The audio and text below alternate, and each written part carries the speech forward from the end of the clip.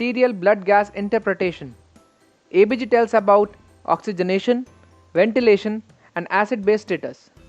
We'll discuss about acid-base status in this video and how to interpret ABGs in very easy manner and with the help of examples. First, we'll have some overview of pH, PCO2 and bicarb.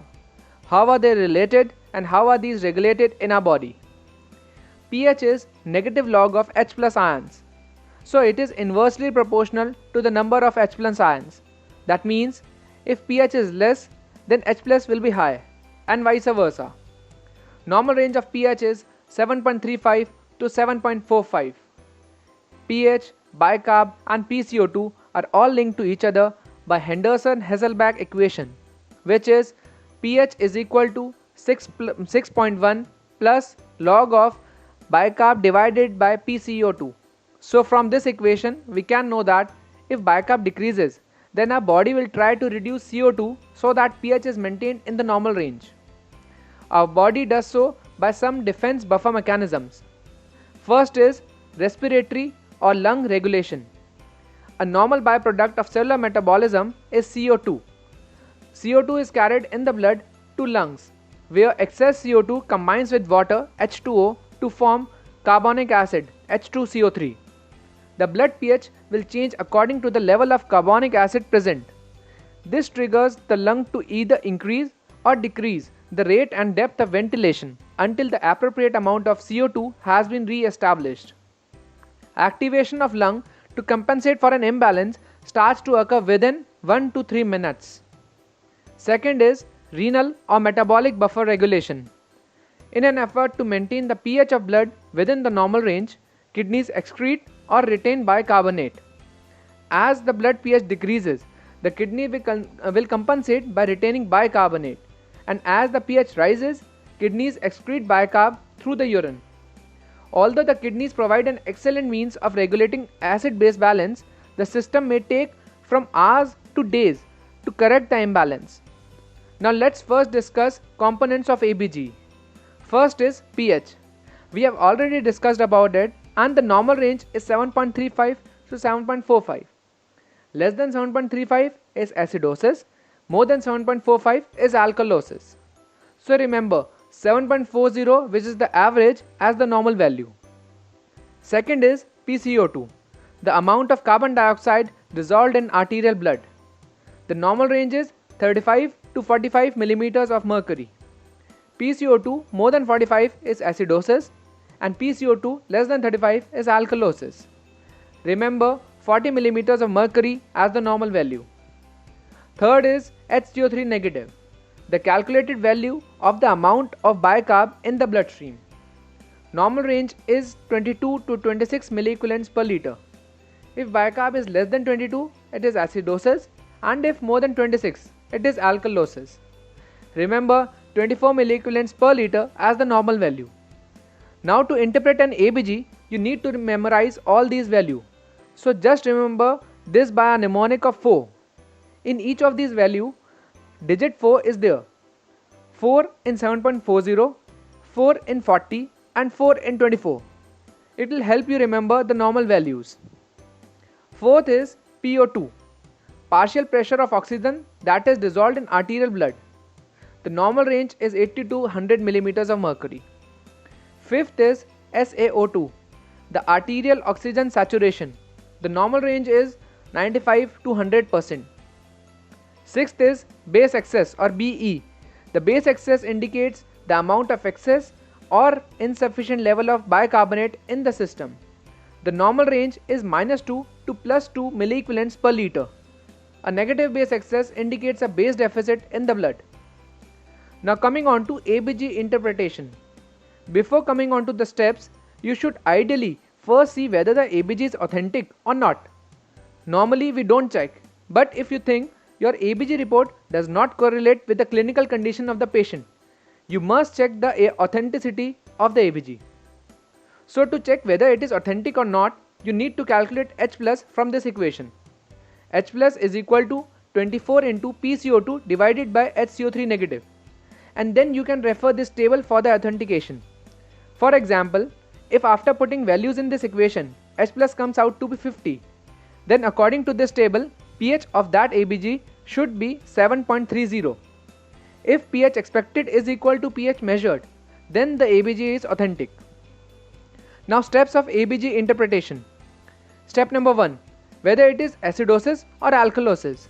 So first look at the pH. As we have already discussed, if less than 7.35 then acidosis, and if more than 7.45 then alkalosis. For example, if pH is 7.25 then it is acidosis, and if pH is 7.52 then it is alkalosis. Step number 2. Determine what is primary disorder, respiratory or metabolic. If pH suggests acidosis, let's say 72, then it is metabolic acidosis. Let's see this with the help of some examples. Example number 1. pH 7.31, PCO2 44, bicarb 16. pH 7.31, that is less than 7.4, so it is acidosis. PCO2 is in normal range but bicarb is less than 24, so it is metabolic acidosis. You can refer to my video on metabolic acidosis for interesting mnemonics on causes and treatment. Example number 2. pH is 7.29, PCO2 54, bicarb 26. Again, as pH is less than 7.4, it is acidosis. PCO2 is high, more than 40, but bicarb is in normal range. So this is respiratory acidosis. Example number 3. pH 7.22, PCO2 60 and bicarb 15. Now you know this is acidosis. Here PCO2 is high, more than 40, and bicarb is low, less than 24. So what is the disorder now? This is respiratory and metabolic acidosis.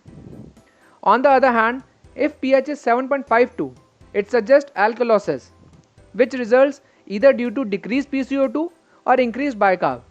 So see whether PCO2 is less or bicarb is more. Example number 4. pH is 7.48, PCO2 30, bicarb 22. As pH is more than 7.4, so it is alkalosis. PCO2 is low, less than 40, and bicarb is in normal range. So this is respiratory alkalosis. Example number 5.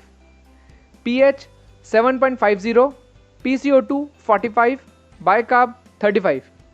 So pH more than 7.4 is alkalosis, PCO2 is in normal range, whereas bicarb is high, more than 24. So this is metabolic alkalosis. Now you are very much trained in detecting primary disorder. Let's see this ABG. Example number 6. pH 7.38, PCO2 52, bicarb 28. Now what is this? Both PCO2 and bicarb are abnormal, but pH is in normal range, that is in between 7.35 to 7.45. So what to do now? So in this example, pH is less than 7.4. This means acidosis.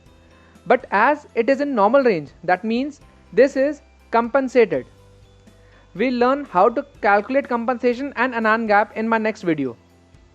So here comes step number 3. Whether it is uncompensated or partially compensated. A patient can be uncompensated, partially compensated or fully compensated. But how do you know when compensation is occurring? When an acid-base disorder is either uncompensated or partially compensated, the pH remains outside the normal range. That is either less than 7.35 or more than 7.45. But in fully compensated states, the pH has returned to within the normal range, although the other values may still be abnormal. Till now in our examples, the patients were uncompensated. In each case, pH was outside the normal range. The primary source of acid-base imbalance was readily identified, but the third value, the compensatory buffering system, remained in the normal range. Example number 7. pH 7.33, PCO2 54 and bicarb 28. So as both PCO2 and bicarb are abnormal, both are increased. If both move in same direction, that means body is trying to compensate, but the pH is not in normal range. So it is partially compensated respiratory acidosis. Example number 8. pH is 7.30, PCO2 32, bicarb 16.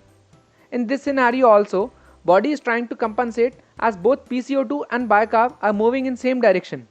But